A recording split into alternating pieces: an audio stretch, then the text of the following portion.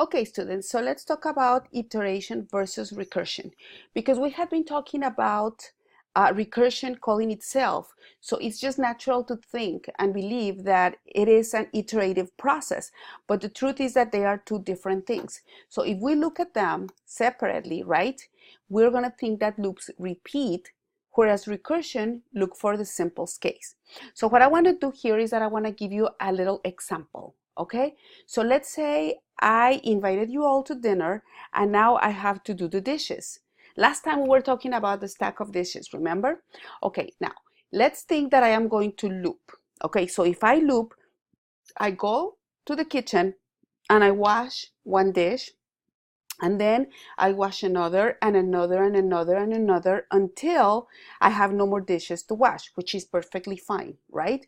So what I did is that I looped, and while there were more dishes, I kept on washing the dishes, right? So that's a loop, and we know the loop.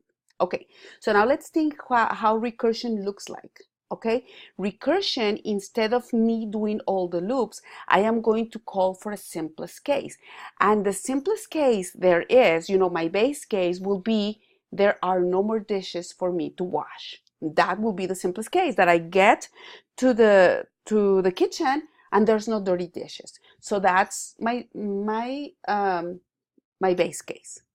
Now, the other case, is a bunch of dishes, and as I go washing them and washing them, it became smaller, smaller, smaller until that base case where I go to the kitchen and there is no dishes, right? Okay, but I am not going to do all the dishes because this is recursion.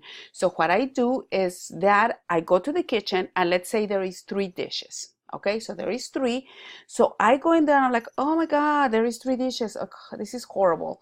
So I go and I wash one dish, right?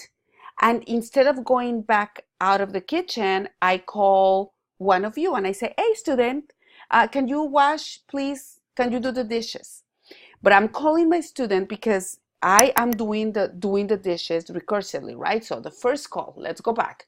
Blanca gets, oh, Blanca, you have to do the dishes. So I go back in there and I see 3 dishes. Oh my God, 3 dishes. Okay, I'm gonna do one and then I'm gonna tell, hey, student number 1, can you go and do the dishes?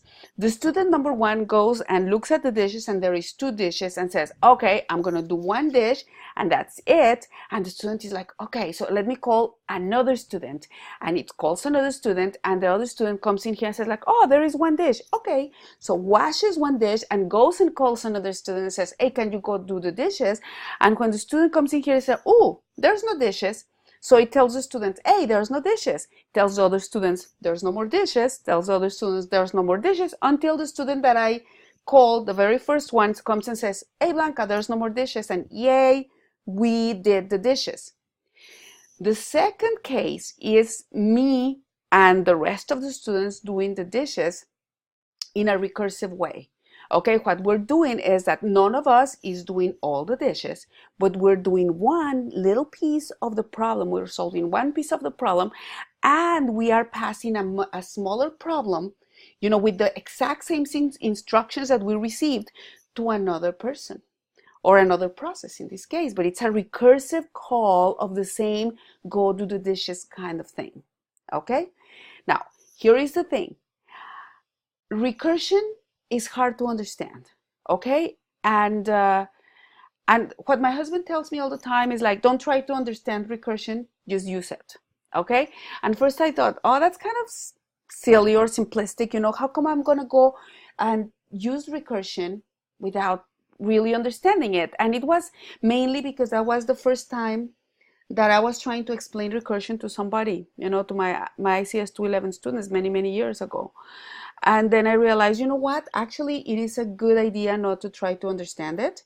But on the other hand, it's always good to have this insight, and we're going to see much more. I'm going to actually try to help you understand it.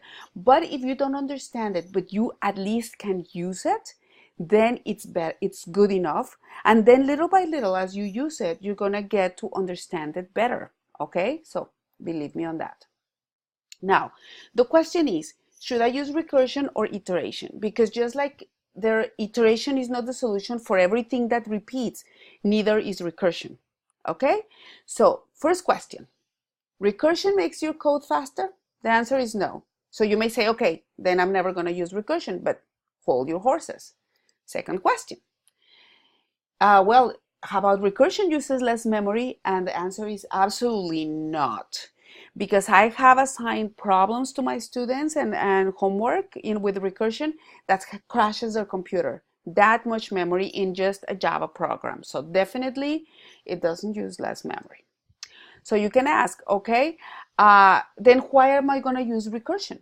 Well, the answer is because it sometimes, sometimes it makes your code more simple, okay? Sometimes, not always, but in our case in ICS 211, many times it's going to make it simpler. So is recursive code usually faster? And no. The fact is that recursion uses the stack, and we're going to talk about that, and makes it slower. So, okay. And uses less memory, as we said? No, because it uses the stack, right? So basically, we're looking at recursion like, okay, Blanca, if it's just all that mumbo jumbo and it's not really good, why am I learning it? And I'm telling you, it's going to save you from such pain and suffering when we're working with different data structures, okay? And the truth is that if you understand it, there's going to be times when you're going to use it, and it's going to save you so much time, and it's going to make everything so simple that, again, just like I said before, it's going to seem like magic, okay? So when are we going to use recursion? Well, it's in special cases, and as I said just a minute ago, right, we're going to having a lot of those special cases in this class. So it is really necessary that you understand recursion, simple way. In this case, instead of being from a big problem to a small problem, we're going to try to learn recursion from the bottom up, okay? So I have a little block in here to show you, iteration versus recursion. What is the best way to do? So you can keep this and look at it and figure out, depending on the problem, what's best for you, if you want to use iteration or if you want to use recursion, okay? And remember, as usual, if you have any questions, please send me an email. And one last thing, the next thing that I really need you to watch is a video where the students enact recursion. I usually do this in the classroom, but we don't have a classroom for everybody, and it's important that both the hybrid students and the online students understand this. So please watch that video next, okay? See you in the next video.